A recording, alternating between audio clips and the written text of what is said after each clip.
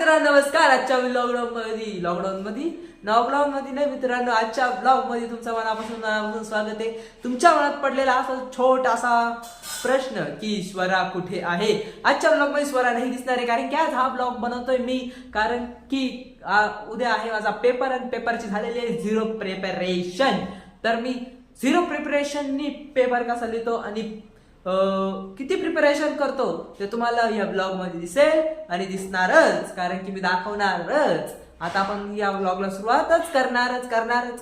आता आपण या ब्लॉगला सुरुवात करू आणि बघू की मी किती प्रिपेअर करू शकतो. आणि 3 लेसन येणार आहे, 3 लेसन मधून किती प्रिपेअर होतं काय माहिती नाही. आता आपण बघू आणि करू सुरुवात. उद्या माझा पेपर आहे, तुम्हाला सांगितलं तसं माझा फिजिक्सचा पेपर आहे. तर फिजिक्सच्या पेपरने इतकं डोकं खराब केलंय मित्रांनो, खरं सांगतोय. डायरेक्ट जाम झालोय मी. एवढे मोठे क्वेश्चन आहे ते पाहूनच असं रडकुंडी आलोय.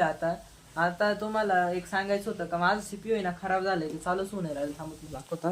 हे बघा, आज त्याला बाहेर काढून ठेवलंय. याचे ना डायरेक्ट लाईटच लागत नाहीये. आपण सीपीयू चालू करताना दाबतो नाही बटन, हे बटन दाबलं का लाईटच लागत नाही आणि ते प्रोसेसच होत नाही. तर याला काय करायला लागेल तर तुम्ही सांगा. म्हणजे मला ना त्याला घेऊन जायचंय. हे खूप जुनं पीसी आहे आणि मला म्हणजे 2013चा मॉडेल आहे, चेंज करायचंय. मी आज सांगू राहिलो असं काय, तो गाडीचा मॉडेल आहे, 2013ची गाडी आहे. आता ती खराब झाली, विकायची नाही मित्रांनो, रिपेअर करायचं रिपेअर. तर आता आहे ना मी अभ्यास करतो, म्हणजे आता क्वेश्चन लिहून घेतो काय काय येणार आहे काय नाही. फिलिंग द ब्लँक्स लिहायचे. फिलिंग द ब्लँक्स काय 1 मार्काला येणार आहे आणि 5 एक फिलिंग द ब्लँक्स असतील, म्हणजे 5 मार्काचा बंदोबस्त तिथून होऊन जाईल. आणि शेवटचं आहे ना 4 मार्काचं आहे, म्हणजे 9 मार्क होऊन जातील. मग त्याच्यानंतर आहे ना एखादं थोडंसं आहे ना जवळपास वाचून बेचून घेऊन जाईल, म्हणजे 12-13 मार्काचे पडून जातील मित्रांनो. आता लिहितो आणि मग तुम्हाला दाखवतो. केसांवरून, माझ्या चेहऱ्याच्या स्थितीवरून समजलंच असेल का किती डोकं उठाड होतंय आणि किती मेहनत करतोय मी उद्या पेपरासाठी. तर आहे ना आता या व्हिडिओला जर तुम्हाला व्हिडिओ आवडली ना मित्रांनो, तर लाईक करा, शेअर करा, सबस्क्राईब करायला विसरू नका मित्रांनो. तुम्ही सबस्क्राईब करत नाही मित्रांनो, प्लीज सबस्क्राईब करा. तर आता मी लिहितो आणि तुम्हाला भेटतो. आता मी लिहून घेतलेले आहे फिलिंग द ब्लँक्स. हे बघा, तुम्ही म्हणशाल तर फक्त ऑप्शनच का लिहिलेले आहे, कारण की ऑप्शन जरी आपण मित्रांनो 1-2 वेळेस वाचून घेतले ना, तर आपल्याला ऑप्शनच येणार. त्या ऑप्शन मधूनच ते ऑप्शन टिक करायचं आणि झालं आपलं फिलिंग द ब्लँक्स पास. आता आपण करू 4 मार्क्सचे क्वेश्चन. आता आपण 4 मार्क्सचे क्वेश्चन लिहितो, मी तुम्हाला दाखवतो. मी तुम्हाला एक बोलतोय, तुम्हाला मागा आवाज येतच असेल, दिसत असेल की पाऊस चालू झालेला आहे. आणि मी तुम्हाला काल बोललेलो होतो की मी माझा फिजिक्सचा पेपर उद्या, म्हणजे आज पेपर आहे.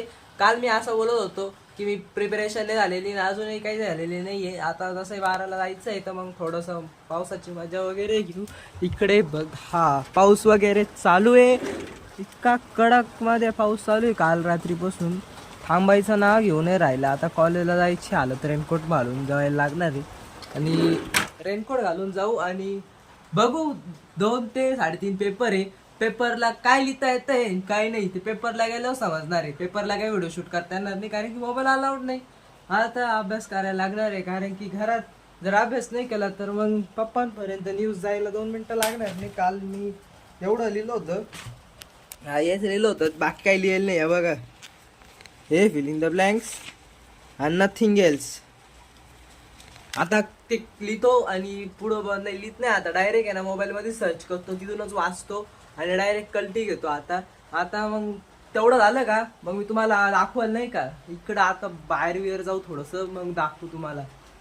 आता मी गेलो होतो मम्मीला सोडवायला, सायलनीला मम्मीला सोडवलं आणि आता आलोय. केस ओरले झाले, बाहेर पाऊस चालू आहे.